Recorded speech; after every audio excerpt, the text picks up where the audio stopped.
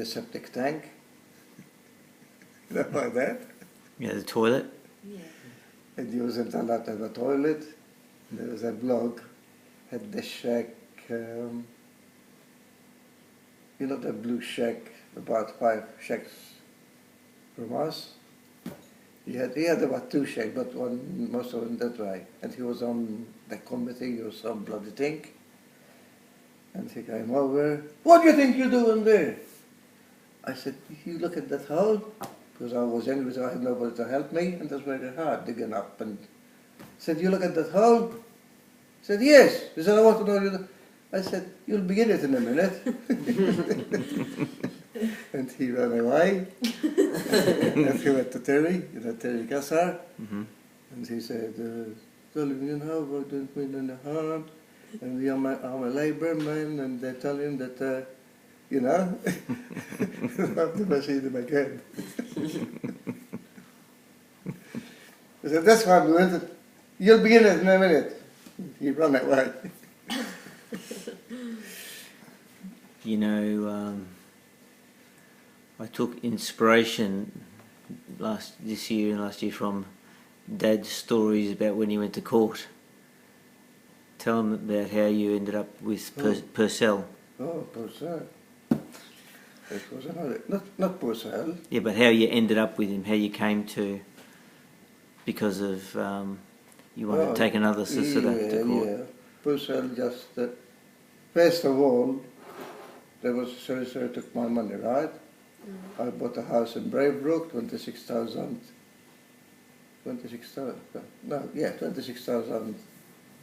or pounds, I don't know what it was. And I gave him, because it was supposed to be cash, and I gave him half, 1,300. It was 26,000, and 1,300 was half, wasn't it? Is that 13,000. Anyway. No, I don't think it was 13,000, I think it was 1,800. But anyway, it was a lot of money then. So about a week, it used to take about 5 weeks to get your title and whatever. And I went there to see what I need to buy to fix it up. And I was measuring for the spout in the gutter. This bloke came and he said, what are you doing here? I said, I'm measuring the, what's mine? He said, what for?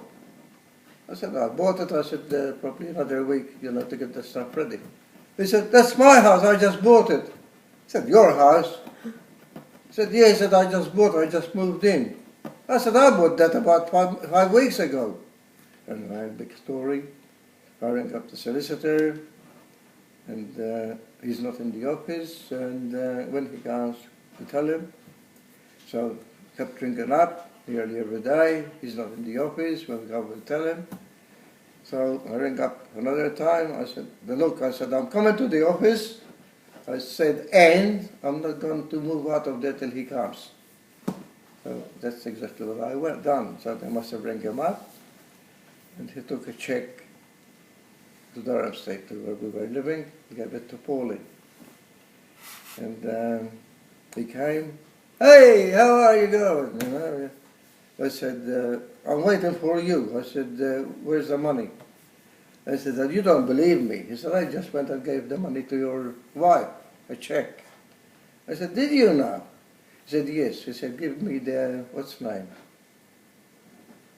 The receipt or something? I said, I haven't got it. He said, yes, you have. He said, your wife told me that you got it on you.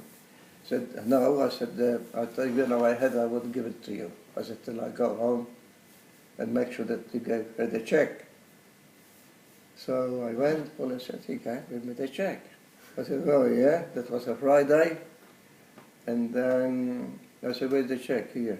So I took it to the bank, and I said, I want this check, I want cash for this check. We can't do that. You've got to wait 2 days, 2 days or 3 days. I said, no, I said, I want it right away. They said, the only way it was going to cost you whatever, £5 or whatever, to give you a check right away. So that's what they had to do. said, all right. Anyway, nothing happened. And then after that, there was a guy working where he had his money, the National Bank, was it? In North Melbourne, Arrow Street, North Melbourne. There was a girl, I knew she was friends with Francis, and she used to come to our place a lot. She was a teller there. I said to her, Marguerite. I said, her name was Marguerite, I forgot her surname. I said, I'm going to come in. I said, I want you to check up for me, see if there's money to cover the checkup. I said, I want you to talk to me. I said, if there's money, go like that. I said, if there isn't, go like that. So I'm not going to talk to you. I went in and she went like that. So I said to the manager, where's the money? Oh, because this and because that. He said, and he just shifted to Box Hill. I've never been to Box Hill in all my life. So I said, I'm going to go to the coppers. He said, no, don't do that. You'll get your money. I said, I want my money. I said, I don't want to go. So he said, look, he said, we'll go and talk to his wife. His father was a barrister too. And we went there. She never had the phone up because they just shifted. And she said, I can't believe this. She said, what did you do with the money? I said, I don't know. I said, but I haven't got my money. He said, he gave me a check and it bounced. And in the meantime, he disappeared. He ran away. Mm. And anyway, she said, take me up to the home box and ring up his father. She rang up his father, and his father couldn't believe it, what happened. And I said, look, I'm going to give you till 9 o'clock tonight. I said, if you don't come to my place tonight and to talk it over, I'm going to go to the police. So they didn't come. The story was that he fainted after, that's what they told me. The father fainted. And I went to detective about Sergeant Mugg. Detective Sergeant Mugg. I told him the story. You know what he said to me? You better go and hang yourself. I said, I'll hang myself. I said, before I hang myself, I'll hang somebody else up. Don't do anything stupid. I said, you don't do anything stupid. The headquarters in Russell Street.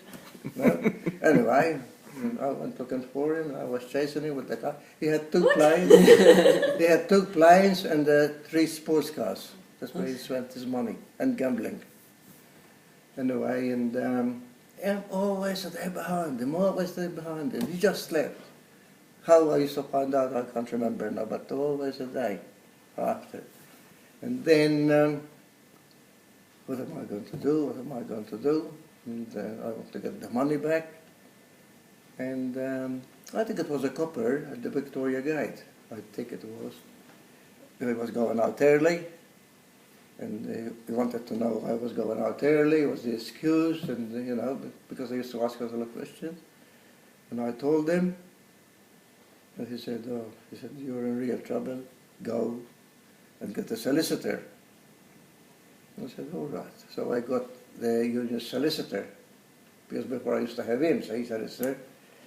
And they took the case, Clyde Holden, I think Julie, the Prime Minister, I used to work with them, I think. And there was Holding and Riddick, I think. Yeah. They was like. Mm-hmm. But at that time it was Holden something. Mm-hmm. And they took the case, and about a week after, they wanted me to see me at so time, so I went the table from here to there, about 12 of them around the table, and they were all asking me questions, and my solicitors, right? And I signed these. I signed about 12 papers. I don't know how many papers I signed this. As far as I know, they're my solicitors. They act on my behalf. When we finished, he said, I'm sorry, we can't act on your behalf anymore. What? My solicitors? What do you got me to sign these papers for? Oh, you know, we can't do this with him and whatever, you know. So, to cut a long story short, what am I going to bloody do? So I think that was the couple that told me to go to the law institute. I don't know who told me because I never knew about the law institute. And they said, go and tell them exactly what happened. And I went there, and they said, if anybody refuses your case, come here, we'll take his license off him. And I said, Clyde Holden, whatever their name was. And he went in, he came out, but that was paper. Is this your signature? Yes. We don't want you to act on our behalf because of this. Is this your signature? Yeah, we don't want you to act on our behalf because of something else. Is this your signature? I said, I didn't know. He said, next time before you sign anything, read it. Hey? They're my solicitors. Telling me to sign papers. Anyway. So he said, go anywhere to a solicitor. If they refuse to do your case, come here right away and they're gone. They're finished. So who am I going to get? So I'm walking down Queen Street and I see Portelli. I didn't know them. No, Second Code, the name was. And I went in there and he said, yes, what can I do? What have you? Portelli just started work. His first job, his first main job. Because even after that, there'd be people at his office and he comes out with them. This blog is the one that made me famous. But anyway, and I went to him and said, this is the lawyer's first case. What's his name? yeah, Frank Purcell. Frank Purcell. He owned half of Werribee after many years. So long ago. He's probably one of the most famous His wife is still solicitors around. Peter Werribee. still got him, I think, Peter. No, well, he died now. No, but I think he still got him. Yeah. His wife is still barista, but I think she works mostly. Well, I went to him when I had Point Cook, when I had the trouble there, and he got me off. And yes, he was very good guy. But anyway, because we were real friends after that. Yeah. And he said to me, when he told him the guy, he said, please, take it somewhere else. I said, look, the lawsuit you told me about take it, you want to go to somebody. I said, and I go tell him that he refused. They go to take the lawsuit. Oh no, what are you going to do to me? He started crying. His first He said, case. look, here, I've got to tell you something. But by this time I told him I was a Wolfie, and he said, no, if there was a Wolfie in trouble with somebody else, who are you going to stick up with? You got to stick up with somebody else or with the other Wolfie? I said, depends. I said, what the Wolfie done or what the other bloke done? I said, but probably I'll go more with the Wolfie. So he said, that's how I am. He's a solicitor like me, and I've got to have a go at him, fight him. And his father is a barrister. But anyway, to cut the story short, by this time, nobody knows where he is too. So I said, look, you've got to take it. And all right, you have to take it. But one good about him was, he never used to tell me what to do, but I said to him, I want to do this, and do it. But he never used to give me advice what to do to get the money back. Anyway, then somebody else told me to issue a writ, I think they call it. Mm-hmm. When you issue a writ, give them a week or a day, and the date and the time. By that time, they've got to give you whatever they think is the money is. So I said, because I told him, I said, look, I don't care how much you give me a week. I said, as long as I get my money back. I said, even if he gives me, I think it was $1 a week. I said, as long as I get something, because he said, oh, he's got 5 kids, which he did, young kids. He said, anyway, I said, I didn't do it. I said, he done it. I said, and then he ran away. I said, I don't know whether he's dead or alive. And they had a fund. The solicitor had a fund, which I don't think there was any money left or something. I can't remember what that. Is this the guy that you wanted to sue? Did he have like sports cars and planes and He stuff? was. Sports cars? Is this a... Sports cars, 3 sports cars and 2 planes. That's where he spent his money. Why And doesn't he sell them? And he was a good shooter too. Anyway.